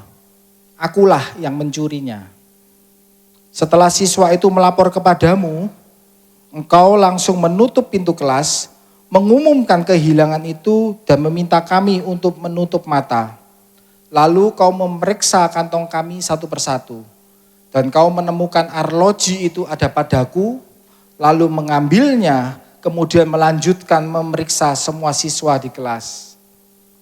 Sesudah itu kau mengumumkan bahwa arloji telah ditemukan dan mengembalikan kepada siswa pemiliknya. Dan kau tidak pernah memanggilku. Engkau menyelamatkan mukaku dan melindungi harga diriku. Tak seorang pun tahu perbuatanku yang memalukan itu. Namun dalam rasa malu dan sesal yang besar aku berkata kepada diriku sendiri pada saat itu, aku tak akan pernah mau melakukan perbuatan-perbuatan hina seperti ini lagi. Aku akan belajar dengan baik, aku akan bekerja kelak dan melakukan hal-hal yang terpuji. Aku menangkap pesan yang kau berikan, Prof. I got your message. Sesudah itu aku tak pernah lepas mengikuti aktivitasmu sampai kau menjadi profesor, dan semakin aku dewasa, semakin mantap keputusanku mengikuti jejakmu menjadi seorang guru. Aku sungguh berterima kasih kepadamu, Prof. Darimu aku belajar menjadi seorang pendidik. Demikian pria itu mengakhiri ceritanya. Setelah hening sejenak, pria itu bertanya lagi, masihkah kau tak mengingatku, Prof? Wanita beruban serta berwibawa itu menjawab, aku hanya mengingat kelas itu dan juga kejadian kehilangan arloji itu, tapi aku tak mengingat-ingatmu. Saudara, cerita ini ditutup dengan sebuah catatan pesan moral yang bertuliskan begini. If to correct, you must humiliate. You don't know to teach. Demi mengajarkan yang benar, engkau harus mempermalukan seseorang. Kau tak mengerti apa-apa tentang mengajar. Demi mengajar yang benar, engkau harus mempermalukan seseorang. kau tak mengerti apa-apa tentang mengajar. Tentu cerita ini nggak boleh dimaknai, sebaiknya kita menutup mata saja terhadap kesalahan orang. Bukan, itu pemaknaan yang terlalu dangkal dan meleset. Sebab cerita ini hendak menyingkap jiwa dari tindakan mendidik. Pekerjaan guru itu adalah mengkoreksi ulangan, mengkoreksi pekerjaan siswa. Namun sebenarnya pekerjaan guru itu bukan sekedar hanya mengkoreksi, tapi mengajar yang jauh dari sekedar mengkoreksi, lebih dalam dan lebih luas. Sekedar mengkoreksi itu gampang, saudara. Ya. Bahkan sebagian orang itu bernafsu untuk mengkoreksi orang, seperti ahli Taurat dan orang Farisi pada zaman Yesus. Mereka suka sekali menemukan kesalahan pihak lain, kemudian pasang jari telunjuk, melakukan keroyokan, melakukan persekusi, mencela, mencecar dengan kritikan-kritikan yang menyakitkan, serta melakukan penghakiman tanpa ampun yang sengaja mempermalukan orang dengan beringas merampas harga diri seseorang. Sejujurnya di dunia ini banyak orang seperti itu. Di sekeliling kita banyak orang seperti itu.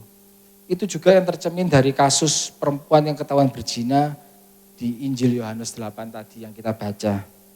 Dia diseret di depan umum, dipakai untuk menjerat seorang rabi atau guru muda bernama Yesus. Tetapi kerumunan orang itu bubar dengan sendirinya. Ketika dengan tenang dan berwibawa, rabi itu menantang semua orang untuk melemparkan batu pertama kali apabila ia merasa dirinya tidak berdosa. Kemudian satu persatu akhirnya orang pergi dan tinggallah perempuan itu dengan sang rabi. Lalu terdengarlah suara lembut namun penuh wibawa dari sang rabi itu. Aku pun tidak menghukum engkau. Pergilah dan jangan berbuat dosa lagi mulai dari sekarang. Yohanes 8 ayat 11. Saudara, Yesus bukan hanya menulis di tanah, tapi dia menulis pesan di perempuan itu, di hati perempuan itu. Pesannya mengkoreksi tanpa merendahkan, meluruskan tanpa mempermalukan. Dignity, harga diri itu penting. Kesanggupan seseorang berubah itu dipengaruhi oleh dignity. Kian terinjak dignity seseorang, kian sulit potensi baiknya bertumbuh. Semakin dignity-nya terjaga, kebaikannya akan berkembang lebih leluasa. Yesus adalah guru paling agung. Yesus tahu persis arti harga diri bagi kita. Dia memang berharap kita mengerti kebenaran. Dia berharap kita berubah, tetapi dia tak pernah melakukannya sambil mempermalukan atau meruntuhkan harga diri kita. Sebaliknya dia mengangkat dan menghargai kita, siapapun kita, memberikan perasaan bahwa kita layak dikasih. Dia menyodorkan sebuah dignity. Mungkin dari saudara beberapa yang berargumen, Pak, tapi itu enggak bisa. Ada orang-orang itu yang tebal muka, diperingati bolak-balik, ya tetap gitu-gitu saja. Terus saya setuju bahwa orang itu yang melakukan kesalahan itu harus dikoreksi. Tapi yang menjadi problem itu cara mengkoreksinya itu. Ya. Karena beda-beda tipis antara mengkoreksi dan menghakimi.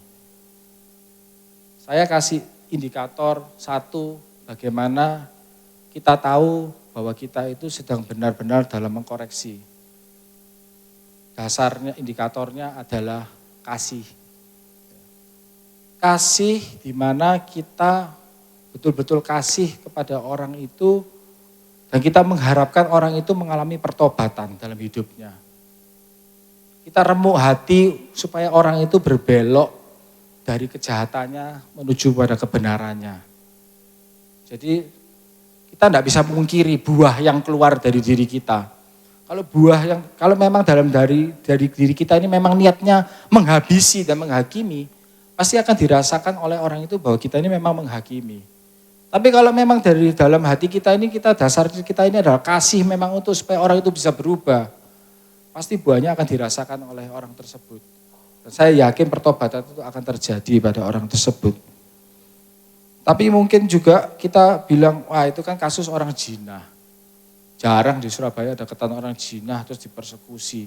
Ya mungkin ada lah 1-2 kali dalam beberapa tahun ya. Tapi coba kita renungkan dan kita nilai pada lingkungan terdekat kita. Bagaimana kita sama suami, bagaimana kita pada istri, bagaimana kita pada anak-anak, bagaimana kita pada orang tua kita. Saya jarang mendengar saudara, seorang pria yang suami yang begitu kasar, memaki, bahkan mungkin mengakukan kekerasan pada istrinya dan istrinya akan kembali kepada dia.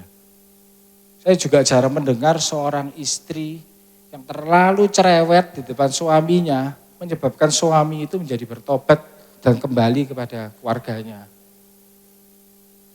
Saya juga kadang-kadang terusik dengan ketika ada orang tua yang karena anaknya berbuat sebuah kesalahan dan harga diri orang tua ini terusik, kemudian dia membentak anak itu, merendahkan anak itu, memarahi anak itu habis-habisan di depan banyak orang tua yang mungkin terusik oleh anak ini.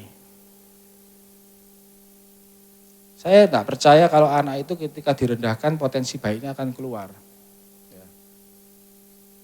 Memang kadang-kadang anak itu memang harus berbuat salah supaya dia mengerti dan dia akan memperbaikinya. Tapi kan mempermalukan kita sebagai orang tua, harga diri kita. Ya kita tahu bersama. Kalau saya punya anak saya melakukan kesalahan dan mengganggu orang lain, saya dan anak saya akan meminta maaf yang sama-sama kepada orang tua yang saya ganggu, yang diganggu anak saya. Bukan dengan merendahkan atau memarahi dengan cara yang luar biasa. Atau mungkin kita anak-anak terhadap orang tua. Ya. Saya tahu kita ini usia-usia yang produktif. Saya percaya semua jemaat di sini karirnya lagi naik, lagi hebat, lagi lancar. Pemasukan finansial semuanya lagi naik daun. Ya. Tapi terkadang kita ini terusik dengan orang tua yang datang menelpon ke kita atau mencari kita dengan hal yang remeh-temeh dan kita merasa terusik dan kita ini jadi marah dan kita membentak kembali orang tua kita. Saya ini punya anak masih SMP, saya masih potensi dalam bekerja dan saya masih semuanya everything is okay. Tapi ketika anak remaja, ya kita semua tahu ya bagaimana remaja itu emosinya. Dan kemudian suatu saat anak saya itu membentak saya sakit hati saudara. Padahal saya masih berpotensi. Bayangkan jika orang tua yang menggantungkan hidup mungkin kepada saudara, yang dia tidak memiliki potensi apa-apa lagi, dan ketika dia membutuhkan saudara membentak, betapa sakit hatinya orang tua saudara. Mungkin saudara juga mikir, kadang-kadang kita anak muda ini senang menyalahkan masa lalu, menyalahkan satu generasi di atas kita. Hidup ini tidak fair, aku begini nih karena orang tuaku dulu begini. Kemudian kita mau melakukan koreksi kepada orang tua kita dengan kita membentak-bentak, kita tidak menghormati dia supaya dia merasa dia bisa belajar dari kesalahannya. Saya tidak pernah menemukan itu berhasil saudara. Tapi saya terlalu sering mendengar seorang suami kembali kepada istrinya karena kasihnya, karena cintanya istri. Saya juga terlalu sering mendengarkan seorang istri akan kembali kepada suami karena sebuah kasih. Dan saya percaya kasih dari orang tua kepada anak, anak kepada orang tua, semuanya akan kembali seperti pada kebenaran firman yang dijanjikan kalau kita melakukannya dengan benar. Kasih selalu menang. Mengkoreksi itu juga bukan berarti hanya membentak, memaki, tapi juga mendiamkan. Berdiam betul, kalau konflik berdiam terlebih dahulu betul. Tapi kalau saudara mendiamkan pasangan Anda dengan harapan mempermalukan pasangan saudara di depan umum, bahwa dia telah bersalah kepada saya, itu yang enggak betul. Mengkoreksi yang merendahkan bisa juga dengan membandingkan. Banding-bandingan itu enggak enak saudara ya. Jangan membandingkan anak saudara dengan temannya, dengan anak lain, dengan saudaranya sendiri. Saya tidak percaya dengan membandingkan dia akan menjadi lebih baik. Kita aja orang dewasa nggak senang dibanding-bandingkan. Ya. Coba saya tanya ke ibu-ibu ya, kalau ada suaminya bilang, "Mah, kamu itu dandano seperti itu loh, seperti cewek itu loh. Keren, bajunya gini, penampilan gini, rambutnya diginikan, matanya digitukan." Ya. Sakit hati enggak ibu-ibu kalau suaminya bilang gitu? Suami-suami juga kalau misalnya istrinya ngomong, "Pak, kamu ini ngajak liburan selalu kok cuma deket-deket. Pasar Atom, Tunjungan Plaza, Pacet paling jauh." Ya.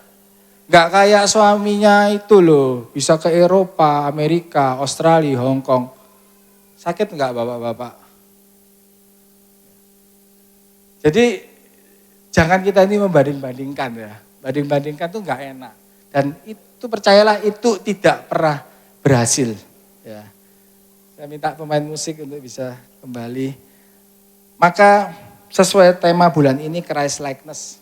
Setiap kali kita ingin atau tergoda untuk mengkoreksi siapa saja, kita mesti ingat apa yang Tuhan Yesus telah lakukan kepada kita. Manusia itu sangat suka merendahkan dan menyalahkan orang lain, memberi jari telunjuk pada orang lain. Seharusnya kenapa kok bisa gitu? Karena kadang kita ini lupa, sebenarnya kita ini seperti wanita yang berzina itu. Kita ini adalah pendosa. Ya. Tapi kita ini sudah diselamatkan oleh Tuhan, kita dibayar, ditebus dengan darah Kristus yang mahal. Dan biarlah itu menjadi pengingat bagi kita setiap kali kita bernafsu untuk menghabisi seseorang, merendahkan. Kita harus ingat bahwa kita ini dapat kesempatan yang luar biasa. Bahwa dia, Yesus, terlalu suka mengingatkan kita dan menghilangkan keberdosaan kita. Dan dia menyodorkan sebuah dignity. Sekali kita menyelamatkan harga diri seseorang, bukan tidak mungkin itu akan mengubah kehidupan orang tersebut untuk seterusnya. Saya ajak Bapak Ibu semua untuk berdiri. Mari kita nyanyikan satu pujian.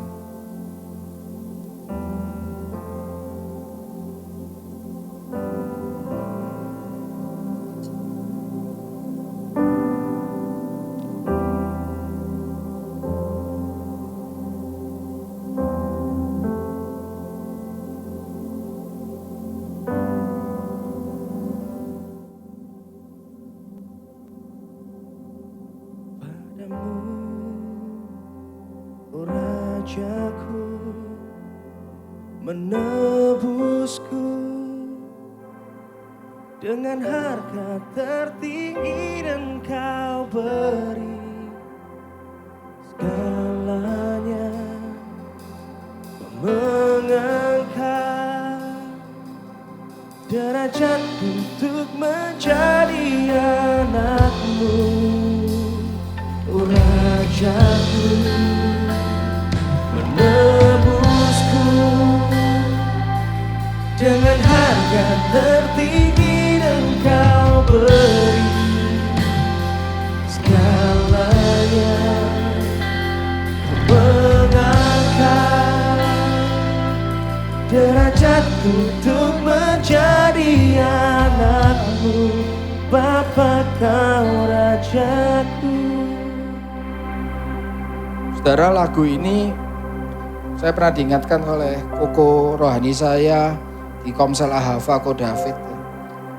Dia bilang dia terlalu suka dengan lagu ini karena ada kata-katanya, dengan harga tertinggi dia telah memberi kita segalanya dan mengangkat derajat kita. Dia yang sudah menebus kita dan dia yang mengangkat derajat kita. Kalau hari ini kita berkata, thank you Lord, terima kasih Yesus atas semua anugerah-Mu itu. Kalau kamu melakukan semuanya itu untuk aku, thank you Lord. Tapi saya percaya saudara bahwa dia terlebih suka kalau kita mensyukurinya dengan perbuatan kita. Bukan dengan kata-kata yang indah. Dengan kata-kata yang mungkin sering kita ucapkan. Tapi dia lebih terlalu suka kalau kita melakukannya, wujudkan dalam perbuatan kita. Dengan mengejar keserupaan dengan Kristus. Kalau semangkuk sup saja bisa menghangatkan dan membangkitkan. Maukah kita berujar hari ini, ya Tuhan inilah aku, Utuslah aku mau menjadi pribadi yang menghangatkan dan membangkitkan sesamaku. Selamat menjadi kepanjangan Kristus yang terlalu suka mengangkat martabat dan dignity orang lain. Amin.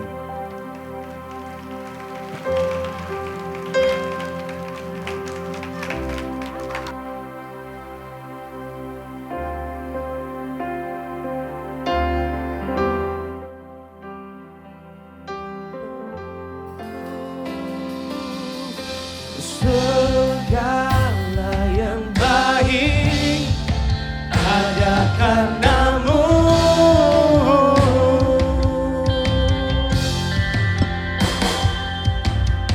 Mataku tertuju hanya padamu.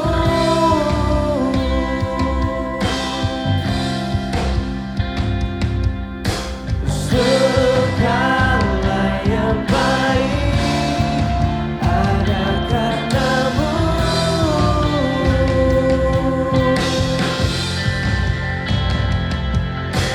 Mataku tertuju hanya padamu.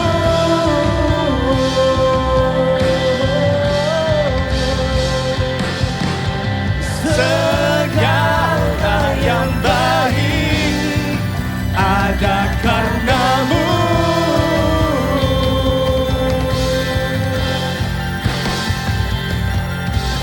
Mataku tertuju hanya padamu. Ku terkagum padamu, Rajaku, penebusku, dengan harga tertinggi dan kau beri segalanya. Kau mengangkat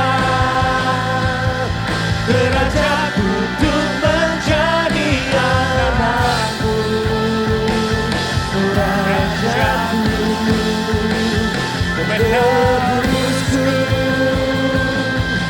dengan harga tertinggi dan kau beri segalanya.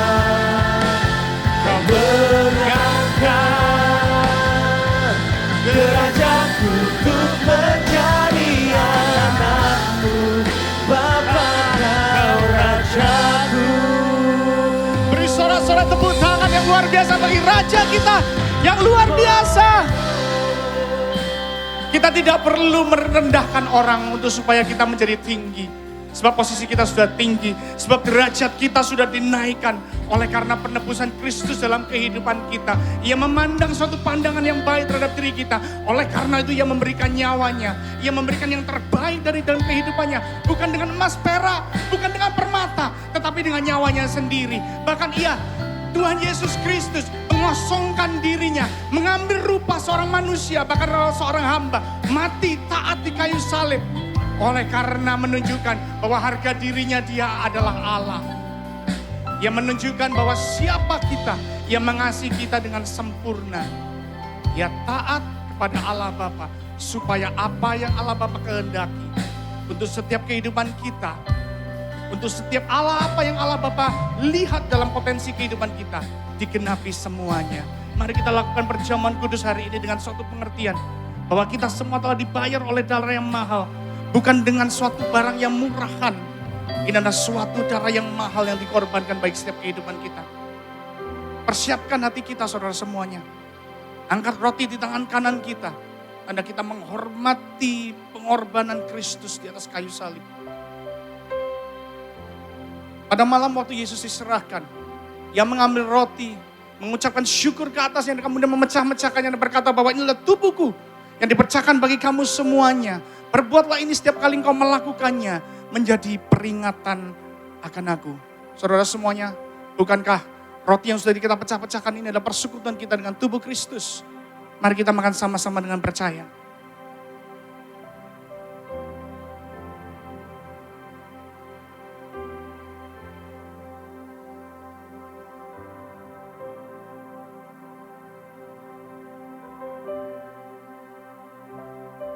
Angkat cawan tangan kananmu. Kemudian setelah ia makan roti, setelah memecahkan roti, ia mengambil cawan dan berkata, cawan adalah cawan perjanjian baru yang dimeteraikan oleh darahku untuk penebusan dosamu. Perbuatlah ini setiap kali engkau melakukannya menjadi peringatan akan aku. Saudara semuanya, bukankah cawan pengucapan syukur yang di atasnya kita telah ucapkan syukur ini adalah bukti persekutuan kita dengan darah Kristus. Mari kita minum sama-sama dengan percaya. Terima kasih Tuhan. Kami tahu Tuhan bahwa Engkau mengasihi kami. Kami tidak perlu membuktikan Tuhan diri kami dengan kekayaan kami. Kami tidak perlu membuktikan diri kami dengan kepintaran kami. Dengan semua kehormatan dunia ini berikan Tuhan. Sebab kami tahu harga diri kami berada dalam Kristus. Bahwa Kristus lebih dari segala-galanya. Sebab Kristus cukup bagi setiap kami. Terima kasih Tuhan, kami mengucap syukur untuk itu. Kami mengucap syukur untuk pengorbanan yang Kau berikan dalam kayu salib Tuhan. Menunjukkan siapa kami di dalam Engkau Tuhan. Dan kami puas akan itu. Terpuji namamu Tuhan. Kami mengucap syukur. Dalam nama Yesus kami berdoa. Haleluya. Amin. Jangan duduk dulu saudara semuanya. Hari ini saya juga mengambil kesempatan ini untuk saya berdoa. Bagi teman-teman semua hari ini yang mungkin ada yang merayakan ulang tahun ataupun anniversary. Saya rasa banyak ya, kemarin barusan Nancy ulang tahun. Koko Eko di mana Kak Koko Eko? Koko Eko juga barusan berulang tahun. Siapa lagi? Kalau boleh angkat tangannya tinggi-tinggi dong. Ria. Bulan ini ya Ria ya. Kita doain dulu di depan. Anniversary? Lani ulang tahun. Oh iya Lani juga. Anniversary. Yang anniversary bersama dengan istrinya angkat tangan. Oh anniversary di belakang. Michael Hoe. Iya bener. Oke, kita berdoa yuk. Untuk yang ulang tahun terlebih dahulu. Tuhan terima kasih Tuhan buat teman-teman kami yang hari ini merayakan beberapa saat lalu merayakan ulang tahun dan akan merayakan ulang tahun di bulan ini. Tuhan aku percaya Tuhan Kau yang memegang tangan mereka dengan kasih karunia-Mu, dengan kesetiaan-Mu Tuhan. Izinkan mereka semakin halal dalam kehidupan mereka Tuhan. Semakin mengenal Engkau. Di dalam pengenalan itu Tuhan izinkan mereka semakin hari semakin serupa dengan Kristus Tuhan. Aku percaya Engkau yang berserta dengan mereka. Engkau berikan hikmat-Mu atas kehidupan mereka Tuhan. Sehingga Tuhan di dalam kehidupan mereka Tuhan.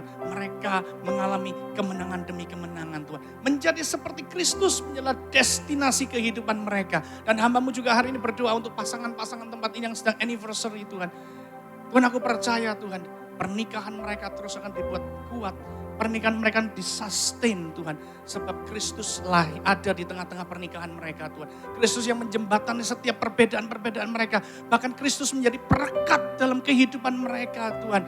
Dan pernikahan mereka menjadi pernikahan kokoh.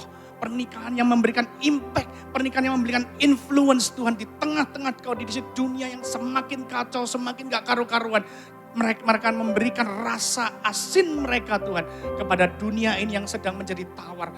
Kepada pasangan-pasangan yang sedang menjalani masa-masa tawar Tuhan. Aku berdoa, I bless them all. In the name of Jesus kami berdoa minta semuanya ini. Haleluya. Amin.